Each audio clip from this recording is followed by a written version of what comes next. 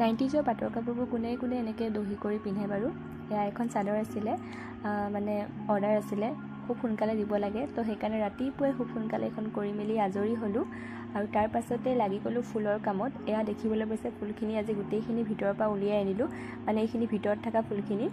মাজে মাজে এইবোৰ মানে ৰ'দত দিব লাগে, তো সেইকাৰণে মানে মই কি কৰিলোঁ আজি মানে ফুলৰ কামেই কৰিম।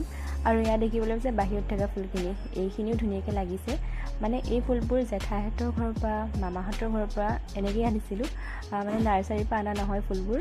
আৰু তথাপিও মানে বহুত ধুনীয়াকৈ লাগিছে, তো ভাল লাগিছে মনটো, সেইকাৰণে নিজে কৰা ন সেইকাৰণে।